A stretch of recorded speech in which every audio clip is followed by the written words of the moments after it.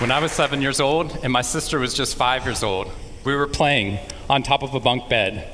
I was 2 years older than my sister at the time. I mean, I'm 2 years older than her now, but at the time that meant she had to do everything that I wanted to do, and I wanted to play war. So we were up on top of our bunk beds, and on one side of the bunk bed I had put out all my G.I. Joe soldiers and weaponry, and on the other side were all my sister's Milos and ponies and ready for a cavalry charge. There are differing accounts of what actually happened that afternoon, but since my sister is not here with us today, let me tell you the true story. Which is my sister is a little bit on the clumsy side, and somehow, without any help or push from her older brother at all, suddenly Amy disappeared off of the top of the bunk bed and landed with this crash on the floor. And I nervously peered over the side of the bed to see what had befallen my fallen sister, and saw that she had landed painfully on her hands and knees on all fours on the ground. I was nervous because my parents had charged me with making sure that my sister and I played as safely and as quietly as possible. And seeing as how I had accidentally broken Amy's arm just 1 week before,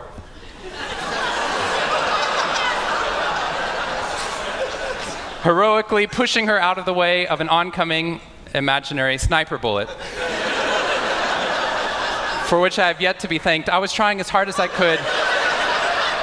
She didn't even see it coming. I was trying as hard as I could to be on my best behavior, and I saw my sister's face this wail of pain and suffering and surprise, threatening to erupt from her mouth and threatening to wake my parents from the long winter's nap for which they had settled. So I did the only thing my little frantic 7-year-old brain could think to do to avert this tragedy. If you have children, you've seen this hundreds of times before. I said, Amy, wait, don't cry, don't cry. Did you see how you landed? No human lands on all fours like that. Amy, I think this means you're a unicorn. Now that was cheating, because there's nothing in the world my sister would want more than not to be Amy the hurt 5-year-old little sister, but Amy the special unicorn. Of course, this was an option that was open to her brain at no point in the past, and you could see on my poor, manipulated sister's face conflict, as her little brain attempted to devote resources to feeling the pain and suffering surprise she just experienced, or contemplating her newfound identity as a unicorn. And the latter won out. Instead of crying, instead of ceasing our play, instead of waking my parents with all the negative consequences that would have ensued for me, instead, a smile spread across her face, and she scrambled right back up onto the bunk bed with all the grace of a baby unicorn. With one broken leg. What we stumbled across at this tender age of just 5 and 7, we had no idea at the time, was something that was going to be at the vanguard of a scientific revolution occurring 2 decades later in the way that we look at the human brain. What we had stumbled across is something called positive psychology, which is the reason that I'm here today and the reason that I wake up every morning. When I first started talking about this research outside of academia, out with companies and schools, the very first thing they said to never do is to start your talk with a graph. The very first thing I wanted to do is start my talk with a graph. This graph looks boring, but this graph is the reason that I get excited and wake up every morning. And this graph doesn't even mean anything. It's fake data. What we found is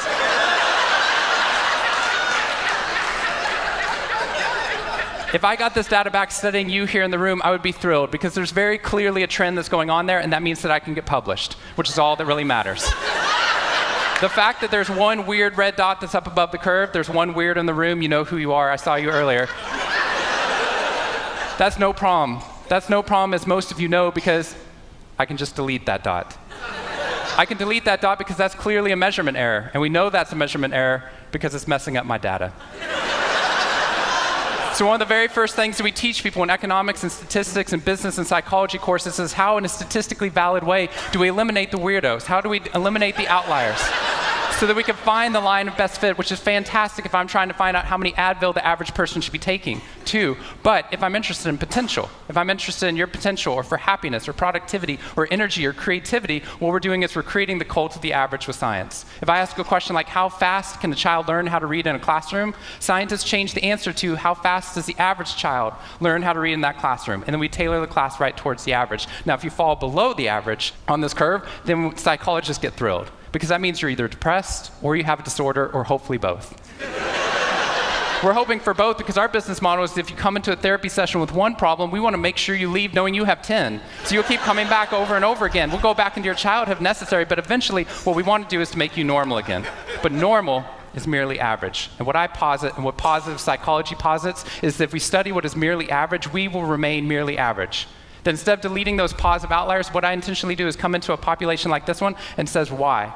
Why is it that some of you are so high above the curve in terms of your intellectual ability, athletic ability, musical ability, creativity, energy levels, your resiliency in the face of challenge, your sense of humor? Whatever it is, instead of deleting you, what I want to do is study you. Because maybe we can glean information, not just how to move people up to the average, but how we can move the entire average up at our companies and schools worldwide. The reason this graph is important to me is when I turn on the news, it seems like the majority of the information is not positive. In fact, it's negative. Most of it's about murder, corruption, diseases, natural disasters, and very quickly, my brain starts to think that's the accurate ratio of negative to positive in the world.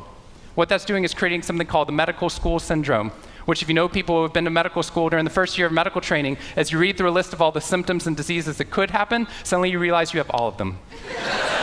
I have a brother-in-law named Bobo, which is a whole other story. Bobo married Amy the unicorn. Bobo called me on the phone from Yale Medical School. And Bobo said, "Sean, I have leprosy." Which even at Yale is extraordinarily rare. But I had no idea how to console poor Bobo because he had just gotten over an entire week of menopause. See, what we're finding is it's not necessarily the reality that shapes us, but the lens through which your brain views the world that shapes your reality. And if we can change the lens, not only can we change your happiness, we can change every single educational and business outcome at the same time. When I applied to Harvard, I applied on a dare. I didn't expect to get in, and my family had no money for college. When I got a military scholarship 2 weeks later that allowed me to go, suddenly something that wasn't even a possibility became a reality. When I went there, I assumed everyone else would see it as a privilege as well, that they'd be excited to be there. Even if you're in a classroom full of people smarter than you, you'd be happy just to be in that classroom, which is what I felt. But what I found there is while some people experienced that, when I graduated after my 4 years and then spent the next 8 years living in the dorms with the students, Harvard asked me to. I wasn't that guy. But what happened? I was an officer of Harvard to counsel students through the difficult 4 years, and what I found in my research and my teaching is that these students, no matter how happy they were with their original success of getting into the school, 2 weeks later their brains were focused not on the privilege of being there, nor on their philosophy or their physics. Their brain was focused on the competition, the workload, the hassles, the stresses, the complaints. When I first went in there, I walked into the freshman dining hall, which is where my friends from Waco, Texas, which is where I grew up, I know some of you have heard of it. When they come to visit me, they look around, they say, "This freshman dining hall looks like something out of Hogwarts from the movie Harry Potter," which it does. This is Hogwarts from the movie Harry Potter, and that's Harvard. And when they see this, they say, "Sean, why do you waste your time studying happiness at Harvard? Seriously, what does a Harvard student possibly have to be unhappy about?" Embedded within that question is the key to understanding the science of happiness. Because what that question assumes is that our external world is predictive of our happiness levels. When in reality, if I know everything about your external world, I can only predict 10% of your long-term happiness. 90% of your long-term happiness is predicted not by the external world, but by the way your brain processes the world.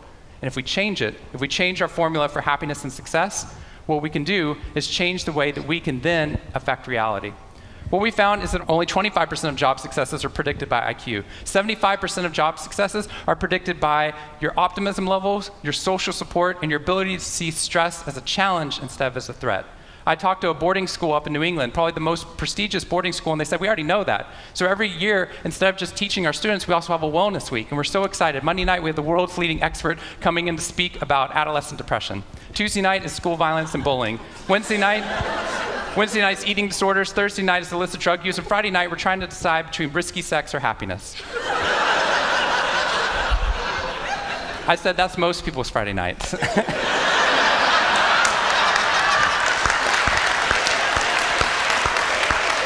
Which I'm glad you liked, but they did not like that at all. Silence on the phone. And into the silence, I said, "I'd be happy to speak at your school, but just so you know, that's not a wellness week, that's a sickness week." What you've done is you've outlined all the negative things that can happen, but not talked about the positive. The absence of disease is not health. Here's how we get to health. We need to reverse the formula for happiness and success. In the past 3 years, I've traveled to 45 different countries, working with schools and companies in the midst of an economic downturn. And what I found is that most companies and schools follow a formula for success, which is this: if I work harder, I'll be more successful. And if I'm more successful, then I'll be happier. That undergirds most of our parenting styles, our managing styles, the way that we motivate our behavior. And the problem is, it's scientifically broken and backwards for 2 reasons. First, every time your brain has a success, you just change the goalpost of what success looked like. You got good grades, now you have to get better grades. You got into a good school, now you have to get a better school. You got a good job, now you have to get a better job. You hit your sales target, we're going to change your sales target. And if happiness is on the opposite side of success, your brain never gets there. What we've done is we've pushed happiness over the cognitive horizon as a society. And that's because we think we have to be successful, then we'll be happier. But the real problem is our brains work in the opposite order. If you can raise somebody's level of positivity in the present, then their brain experiences what we now call a happiness advantage, which is your brain at positive performs significantly better than it does at negative, neutral, or stressed. Your intelligence rises, your creativity rises, your energy levels rise. In fact, what we found is that every single business outcome improves.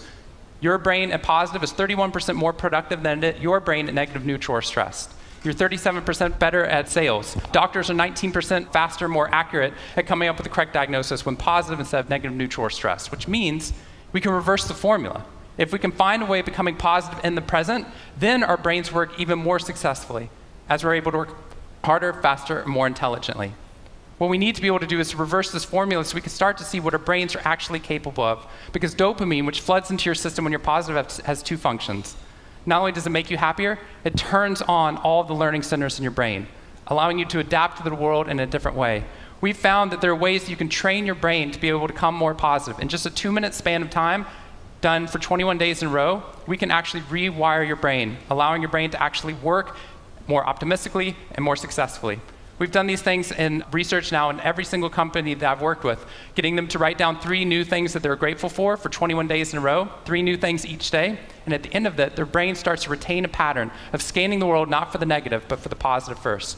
Journaling about one positive experience you've had over the past 24 hours allows your brain to relive it. Exercise teaches your brain that your behavior matters. We find that meditation allows your brain to get over the cultural ADHD that we've been creating by trying to do multiple tasks at once, and allows our brains to focus on the task at hand.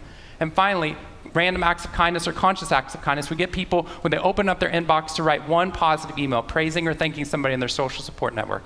And by doing these activities and by training your brain, just like we train our bodies, what we found is we can reverse the formula for happiness and success, and in doing so, not only create ripples of positivity, but create a real revolution. Thank you very much.